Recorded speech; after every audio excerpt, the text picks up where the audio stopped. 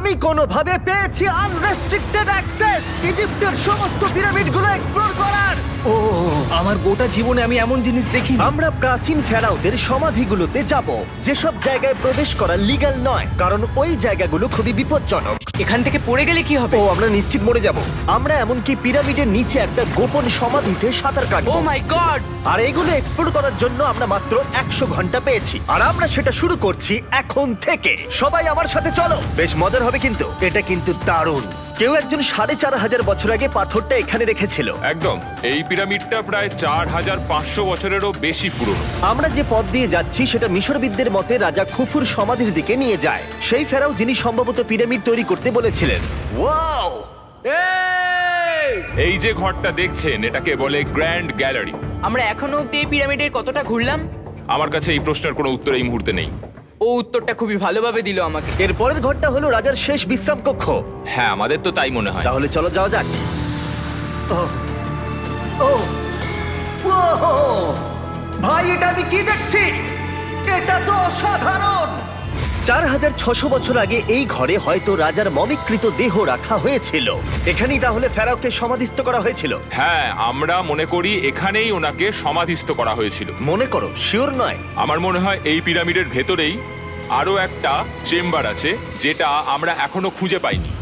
সেখানেই হয়তো রাজার বডি রাখা আছে। আমরা এই ভিডিওতে সেটা খোঁজার চেষ্টা করব, কারণ এর পরে আমরা লিটারালি এই পিরামিডের কয়েকশো ফুট নিচে যাব, আর এমনকি পৃথিবীর বৃহত্তম প্রাচীন পিরামিডের সবথেকে উঁচু স্থানে যাব। এটা দারুণ! আমরা অন্য বিশাল পিরামিডগুলো ঘুরে দেখার আগে আমাদের বেস ক্যাম্পটা দেখাই চলো। হ্যাঁ, এটা দারুণ। এখানে আছে ডিনার টেবিল, ঘুমানোর জন্য টেন্ট, আর ওকে। এমনকি লাইটও লাগানো হয়েছে যাতে ক্যাম্প থেকে পিরামিডগুলো দেখা যায়। এটা হয়তো আমার দেখা সবথেকে এক্সপেন্সিভ নাইট লাইট। এই পিরামিডটা আমরা আগামীকাল এক্সপ্লোর করব। ভোর 5টায় আমরা শুরু করব। এখন সবাই ঘুমিয়ে পড়ো। এই পিরামিডগুলো প্রাচীনকালে তৈরি হলেও প্রযুক্তির দিক থেকে এতটাই উন্নত ছিল যে কেউ কেউ এগুলোকে প্রাক মিশরীয় সভ্যতার দান বলে মনে করে, আবার কেউ কেউ এগুলোর পিছনে এলিয়েনের অদ্ভুত তথ্যও বলে। কিন্তু মিশরবিদরা নিশ্চিত যে এগুলো প্রথম মিশরীয়রা তাদের রাজাদের সমাধি হিসেবে তৈরি করেছিল। আর এই ভিডিওর শেষে আমরা খুঁজে বার করব কোন তত্ত্বটা হলো সঠিক। ঠিক আছে, তাহলে তোমরা রেডি আমাদের লিস্টের পরের পিরামিডটা এক্সপ্লোর করার জন্য? খাফরার পিরামিড। এই দৈত্যাকৃতি সৌধের বিশেষত্ব কি? আচ্ছা, ভালো করে দেখলে বুঝতে পারবে এই পিরামিডের কেসিংটা কিন্তু রয়ে গেছে, যেটা সবকটা পিরামিডেই কোনো এক সময় ছিল। তাহলে কি এগুলো এলিয়েন তৈরি করেছিল? না না, এলিয়েন নয়। আচ্ছা, রামি আমাদের পৃথিবী পৃষ্ঠ থেকে প্রায় 100 ফুট নিচে খাফরার পিরামিডের গভীরে নিয়ে গেল। এটা এমন একটা জায়গা যেখানে আধুনিক বিশ্বের খুব কম জনই গেছে। তাই সত্যি বলতে আমরা বুঝতেই পারছিলাম না যে এরপরে আমাদের জন্য কি অপেক্ষা করে আছে। প্রাচীন মিশরীয়রা কার্ডবোর্ড ব্যবহার করত। আমরা বিশ্বাস করি এটা দীর্ঘ সময়ের জন্য রাজা খাফরার সমাধিস্থল ছিল। আর এখন এখানে জিনিসপত্র রাখা হয়। দেখো, ওরা এই পিরামিডটাকে রিস্টোর করছে জিমি, ওদের জিনিসপত্র দরকার। তাহলে আসল সমাধিস্থল অন্য জায়গায়? হ্যাঁ, রামি আমাদের আসল সমাধিস্থলে নিয়ে গেল, যেখানে একসময় রাজা খাফরার মৃতদেহ রাখা ছিল। আমি একটা বড় সিলিং দেখতে পাচ্ছি। ভাই, আমরা কিন্তু পিরামিডের অনেকটা ভিতরে রয়েছি। আমরা পৌঁছে গেছি। এই হলো কিং খাফরার আসল সমাধিস্থল। আমার গোটা জীবনে আমি এমন জিনিস দেখিনি।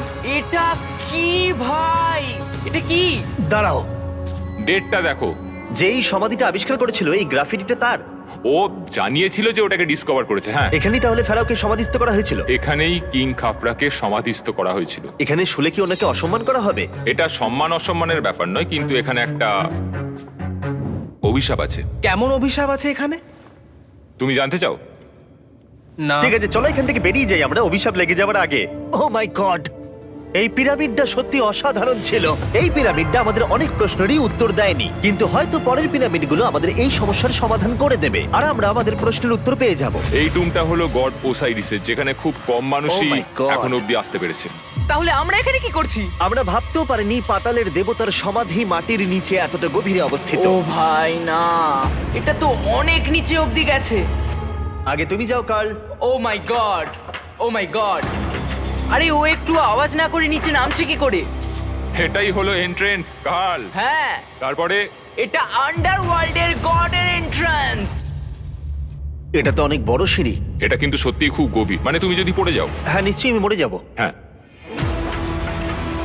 এটা কিন্তু সত্যি খুব ভয়ঙ্কর। আমার নিচে নামতে একদমই ইচ্ছা করছে না। আর যদি তোমাদের এটাতেও ভয় না লাগে তাহলে বলি এরপরে আমরা এটার মুখোমুখি হলাম। 3000 বছরের পুরনো হার্ট, মানুষের হাড়। ও মাই গড! আমি এটা কেন ধরে আছি? আচ্ছা, এটা কি খুলি? এটা একটা খুলি। হ্যাঁ, ও মাই গড!